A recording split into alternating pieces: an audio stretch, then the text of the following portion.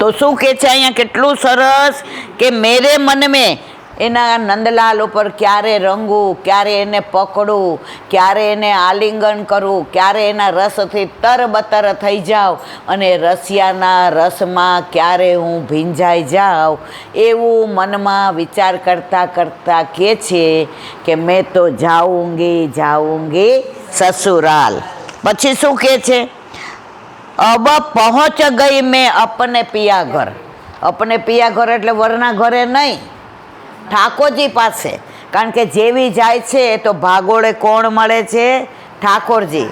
એટલે ઠાકોરજી કે આઈ ગઈ રે ભાભી. હવે આ કે ભાભી વાળા ઓલું છે ને રસ્યું, નૈનન મેં મોહે ગારે દયે પિચકારે દયે હોરી ખેલે ન જાય, હોરી ખેલે ન જાય. નૈનન મેં મોહે ગારે દયે, મોહે ગારે દયે હોરી ખેલે ન જાય, હોરી. આખો રસ્યો સરસ છે, ભાવે. પણ છેલ્લે કે છે આખી રંગી નાખે, મોઢા ઉપર કાંઈ ખબર ન પડે કોણ કાકી નાર ને કોક કાકો નાર. એટલે ત્યારે છેલ્લે શું કે છે, નૈનન મેં મોહે ગારી દયે પિચકારી દ, મોહે ભાભી કહે ઘર વાલી કહે હોરી ખેલી ન જાય, હોરી ખેલી ન જાય. હવે તો ઉઘાડે છોગ. અમે ત્યાં વ્રજમાં ગયા હતા ને, એટલે ઓલા જે ગાવાવાળા એવું કહેતા હતા કે અમારે જેઠ ને સસરાની આટલી લાજ કાઢે. આ 40 દિવસથી ક્યાંક બધા હાવ બેશરમ થઈ જાય. કેમ? શરમ, લાજ શરમ મેં તો કુએ મેં ડાર દે દે. પછી કે 41માં દિવસથી પાછે બધી મર્યાદા આવી જાય. આ 41 દિવસ 40 દિવસ બધી મર્યાદા છૂટી જાય. પછી શું કહે છે, કેટલું સરસ કહે છે, અબ તો પહોંચ ગઈ મેં પિયા ઘર. ખબર સુન આયો ગિરધર. ગિરધર એટલે ઠાકોરજી. ખબર પડી એટલે પાદરમાં પહેલાં તો ભાગોળે કોણ આવ્યો, ઠાકોરજી. ઓ ભાભી આવી ગઈ. ઓલી કે તારા માટે તો આવી છું. ત્યારે ઓલા મહારાજે કીધું, ગોર મહારાજે, એ કે તારે કાંઈ હવે મોઢામાં નાખવું છે, ખાવું છે? એ કે હવે મારું પેટ ભરાઈ ગયું. કોને જોઈને પેટ ભરાઈ ગયું? આપણે સેવામાં જઈએ, ગમે એટલી ભૂખ લાગી હોય, બે તાવ હોય, પણ સેવામાં પ્રભુને પહોંચીએ નહીં ત્યાં સુધી આપણે રોટલી દાળ ભાત શાક ખાઈએ જ મારા વાલા. કેમ? ઠાકોરજી જ્યાં સુધી ન પહોંચી લઈએ ત્યાં સુધી આપણને ભૂખ તરસ લાગતા નથી. અને લાગે છે તો સમજી જવાનું કે હજી આપણો મેળ પ્રભુ હારે સંધાયો નથી. હવે કેટલું સરસ કહે છે, યા કે ફેટન ભર્યો રે ગુલાલ સખોરી ફાગુનમાં. એ તો ફેટમાં શું ભરીને આવ્યો તો? ગુલાલ. અને ઠાકોરજીને જોઈને એના ગાલ કેવા થઈ ગયા હતા? ગુલાલ જેવા. અને ઘરે જઈને સાસુ પૂછે કે તું તો રૂપ રૂપનો અંબાર હતી, આ ગુલાબી ગુલાબી ક્યાંથી થઈ ગઈ? તો ઠાકોરજીએ ગુલાલ લગાડી દીધો કે તને કોઈ સંભળાવે નહીં. આપણા સુખનો વિચાર આપણા ઠાકોરજી કરે એટલો બીજો કોઈ કરે નહીં. મેં તો જાઉંગી સસુરાલ સખેરી ફાગુન મેં. હસ હસ ગાલ ગુલાલ લગાયો, ખોલ કે ઘૂંઘટ શ્યામ મુસ્કાયો. નવી નવી વહુ આવી હોય ને એને વ્રજમાં આજની તારીખમાં એવો રિવાજ મોહ દિખાઈ કરે. બધા આવે, કોઈ સોનાનું દે, કોઈ ચાંદીનું દે, કોઈ રૂપિયા દે, કોઈ હીરા આપે, કોઈ મોતી આપે, કોઈ રોકડું આપે. અને આમ જોઈને બહાર જઈને કે બહુ તો બહુ સરસ છે. અને મારા જેવી ભૂંડી હોય તો શું કે જઈને, અરે રાયલાબેન જેવી ક્યાં લઈ એવા? હોળીમાં બધી છૂટ. તો પછી અહીંયા શું કહે છે, આણે તો નપાવટ કેવો, આ નફટ કેવો. અત્યારે બધી ગાળો દેવાય, ઠાકોરજીને જેટલી દેવી હોય ને બધી ગાળો દેવાય. એટલે કે આવો કેવો છો તું? મારો ઘૂંઘટ ખોલી નાખ્યો. અને ઘૂંઘટ ખોલી તો પેલા મુખારવિંદના દર્શન કોના થયા? ઠાકોરજીનો. એનો જીવન સફળ થઈ ગયું, ગોકુળમાં પરણ્યું. મોકો કેસર રંગ દિયો ડાર. કેસર રંગ કોનો? સામનેજીનો. એટલે ઠાકોરજી બધાના પર કયો રંગ ડારે છે? કેસરનો. અત્યારે કેસુડાને પલાળીને તમે જુઓ ને તો ઠાકોરજી ના આવે. અત્યારે નિધિના મંદિરોમાં હોળી ખેલ થાય ને એમાં મોસ્ટલી કેસુડાનો જ રંગ હોય, કારણ કે અત્યારે બધા કેમિકલના કલરો આવે છે, એના લીધે બધાને શરીરે તકલીફ થઈ જાય છે. પછી કે છે ઘર આંગણ મેં મચ ગઈ હોરી. હવે ભાગોળ આવી ત્યાંથી મને રંગતો ને ગુલાલ નાખતો ને કેસુડાનું જળ છાંટતો ને મારા મુખમાંથી આમ હાથ લગાડતો આવતો હતો. અને હજી તો ઘરે આવી અને જ્યાં બધાએ જોઈ ત્યાં આંગણમાં જ આખી કીચ મચી ગઈ. મને કોઈએ અંદર જવા દીધી નહીં. અને આ બધાની વચ્ચે ઠાકોરજી અને આ નવી પરણેલી ગોપી હતી એ એટલું રંગે રમ્યા કે આમાં કોણ ઠાકોરજી ને કોણ નવી ગોપી કોઈ ઓળખી શક્યું નહીં. ઘર આંગણ મેં મચ ગઈ હોરી, પકડ શ્યામ ને બૈયા મરોરી. હવે આમાં તો કાંઈ ખબર પડે નહીં કોણ કોની વહુ છે ને કોણ કોની ભાભી છે. તો જે આના મનોરથ હતા કે પ્રભુ મારી બૈયા પકોડે, પ્રભુ મને આલિંગન કરે, પ્રભુ મને વાલ કરે, એ બધા મનોરથ ઠાકોરજીએ ગોપીના આંગણામાં જ પૂરા કર્યા. અરે કહા સુનાવું મેરે હાલ. હવે આનાથી વધુ હું કહી શકું એમ નથી, એવા મારા હાલ બેહાલ. મેં તો હો ગઈ હાલ બેહાલ. હવે આનાથી વધુ હું કહી શકું એમ નથી. પછી કહે છે ગોવિંદ પ્રભુ કહે કુંવર, મોપે રખ્યો નજર નંદલાલ લાલા. હું ગોકુળમાં પરણીને તારા માટે આવી છું. જ્યાં સુધી હું ભૂતલ પર રહું ત્યાં સુધી તું મારા ઉપર નજર રાખજે, મારું ધ્યાન રાખજે, મને કોઈ દિવસ છોડીશ નહીં, મને કાયમ સન્મુખ રાખજે. હું યમુનાજી જળ ભરવા આવું તો બેડું ચડાવવા આવજે, હું માખણ ઉતારું તો તું માખણ ખાવા આવજે, હું મારા ગોરધનને ખેતરમાં ભાતું દેવા જાઉં તો તું અરોગવા માટે આવજે, હું શૃંગાર કરું તો તું દર્પણ બનીને આવજે. હે ગોપાલ, હે નાથ, તું ક્યારેય હવે મને છોડીશ નહીં. મેં તો જાઉંગી સસુરાલ સખેરી ફાગુન મેં. હોળીના દિવસો એટલે આપણે એકાદ રસિયાનો ભાવ કર્યો. બધા રસિયાના ભાવ 2-3 કલાકના છે. અને ઘરે બેઠા હોઈએ એકલા અને હિંચકા ઉપર સાંજે એવું થાય કે 5 વાગ્યાથી 5:30 સુધી વૈષ્ણવ આવે ત્યાં સુધી હું એકલી હિંચકે બેઠી હો, આ રસિયા ગાતી હો, નાના ભાવ મનમાં વિચારું ત્યારે મને એમ થાય કે આટલા બધા દુનિયામાં મનુષ્ય છે, એમાં આપણને વૈષ્ણવ બનાવ્યા અને આપણા ઘરે ઠાકોરજી બિરાજે છે. બધાયને આવું સુખ મળતું નથી. માહે પડ્યા મહાસુખ માણે, દેખનહારા દાજે. હવે એક નાનો પ્રસંગ કરીને આ વાતને વિરામ એટલે આપીએ, કારણ કે બધાયને પછી રાત્રે જવાનું મોડું થાય, સમય પ્રમાણે જીવવું પડે.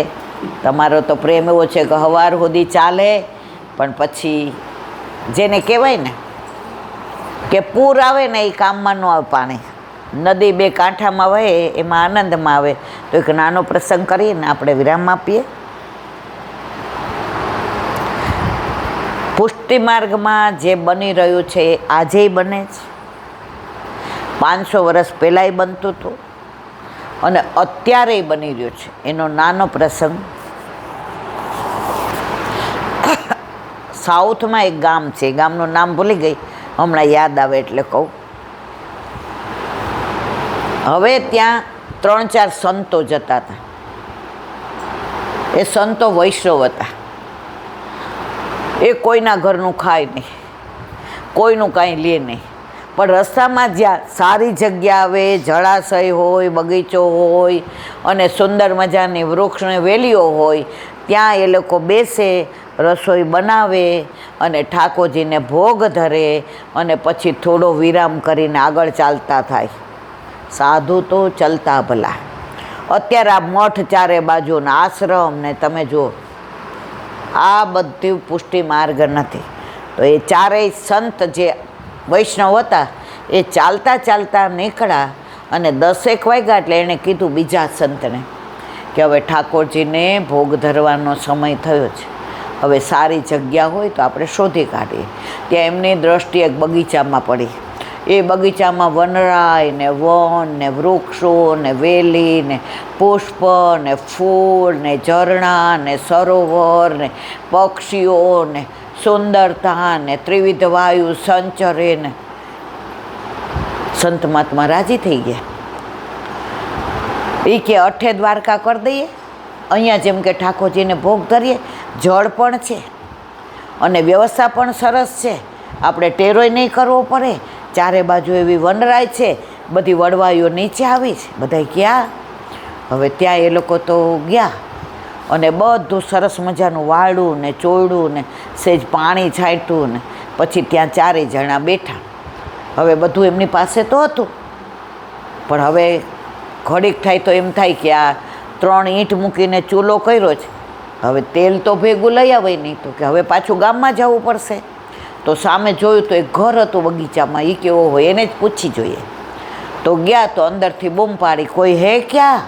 ત્યાં એક સુંદર મજાની 20 વર્ષની સ્ત્રી, રૂપરૂપનો અંબાર, વાળ જોયા હોય તો નાગણ જેવા ને સિંહ જેવી એની કેડ ને બોલે તો ફૂલ ઝરે ને માથામાં વેણી નાખેલી ને સુગંધ સુગંધ સુગંધ. હા મહારાજ, શું કામ છે? તો કે અમે અહીંયા ઠાકોરજીને ભોગ ધરીએ છીએ, તો અમારે તેલની જરૂર છે ઘીની તળવા માટે, તમે આપશો? અરે મારા તો નસીબ ઉઘડી ગયા, જેટલું જોયું એટલે લઈ જાઓ. એટલે પાછા લઈ ગયા.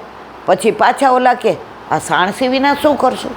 એટલે પાછા ગયા. તમારી પાસે સાણસી છે? હા મારા પાસે સાણસી છે, અહીંયા બધું રસોડામાં છે, મને પૂછવાની જરૂર નહીં, તમારે જે જોઈએ એ લઈ જાઓ.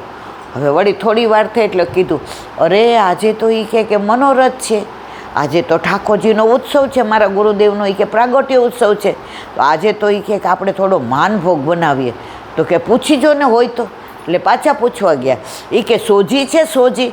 એ કે હા લઈ જાઓ લઈ જાઓ. એ કે પછી કે તો પણ ઘી જોશે? કે હા છે. પછી કે મોરસ? મોરસ એટલે ખાંડ, ચીની. એ કે લઈ જાઓ. એ કે ઇલાયચી? કે હા. કે સૂકો મેવો? અરે એટલું સરસ બધું બનાવ્યું, ઠાકોરજીને ભોગ ધરાવ્યો, નંદ ઘેર આનંદ કર્યો. ઓલી તો એટલી રાજી થાય, બારણામાં ઊભી ઊભી ઓલા બધા નાચે તો આય નાચે ને કરે ને એવી રાજી થાય કે આજે બધી આ વસ્તુનો વિનિયોગ પ્રભુમાં થયો, હરિગુરુ વૈષ્ણવમાં થયો. એટલે રાજી રાજીની રેડ હતી. હવે બપોર થયું એટલે સંતોએ કીધું હવે આપણે આગળ ચાલીએ, આપણી યાત્રા હજી લાંબી છે, આપણે રંગનાથ ભગવાન સુધી પહોંચવું છે. રંગનાથ ભગવાન ક્યાં આવ્યા? સાઉથમાં. ત્યાં આપણા બેઠકજી સુંદર છે. તું આવી હતી અમારી ભેગી સાઉથમાં? નહોતી આવી ને? બહુ સુંદર રળિયામણા છે બધા સાઉથમાં. બેઠકજી બધાય કરી આવો જ. આજનો લાવો લીજીએ રે, કાલ કોણે દીઠી છે. પણ જેને સંસારમાં બહુ રસ હોય એ બહાર નહીં નીકળી શકે, જેને શ્યામમાં રસ હશે ને એ નીકળશે. હવે એ તો તમારા ઉપર આધાર છે. તો હવે વાત કરતા હતા આની, એટલે બધા નીકળ્યા. એટલે બધો સામાન પેક કર્યો અને ઠાકોરજીના ઝાંપીજી લીધા. એટલે પેલા બેનના ઘરે ગયા.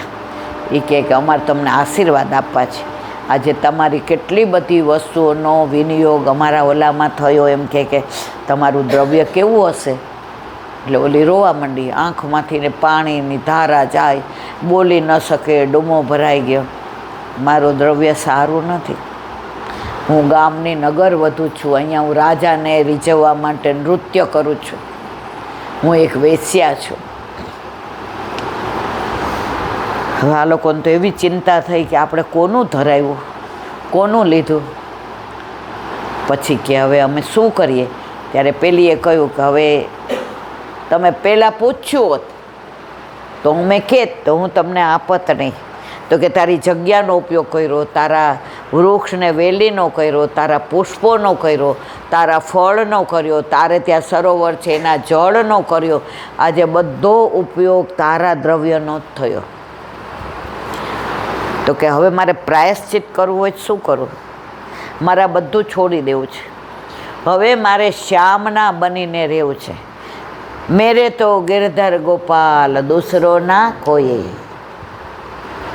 મુખડું મેં જોયું તારું, સર્વ જગ થયું ખારું, હવે હું તો બળભાગી રે, મોહન પ્યારા મુખડાની માયા લાગી રે, મોહન સંસારીનું સુખ કેવું જાંજવાના નીર. ગાવાની કેવી મજા આવે છે, પણ એ સંસારના સુખમાં જે મજા આવે છે એવી ઠાકોરજી સાથે આવતી નથી. ઠાકોરજીની સેવામાં હોઈએ તો આપણું ચિત્ત ક્યાં હોય છે? એ તૃપ્તિ, કુકરની 3 સીટી વાગી બંધ કરજે તો. જો તો બેલ વાગી કોણ આવ્યું? આપણે નહીં હોઈએ ત્યારે આ સંસાર નહીં ચાલે? ચાલવાનો જ છે, કદાચ વધુ સારો ચાલશે, પણ આપણને આપણું મહત્ત્વ બતાવવાનો એટલો આનંદ આવે છે. ઠાકોરજી કે એના બદલે મારું મહત્ત્વ બતાવ તો તારો બેડો પાર થઈ જશે, પણ આપણે સમજતા નથી. આપણને બોલવું બહુ ગમે છે, પણ વલ્લભને માનીએ છીએ, પણ વલ્લભનું માનતા નથી. જે દાખલો આપ્યો હતો, એક છોકરો હતો ને, સવારના પોરમાં ઉઠે, નાહી ધોઈ તૈયાર થાય, એના મા બાપને બાજોઠ ઉપર બેસાડે, તિલક કરે, ચોખા ચોડે, પગ ધુએ, 2 હાથે પગે લાગે અને પછી કે આશીર્વાદ આપો, એટલે મા બાપ આશીર્વાદ આપે.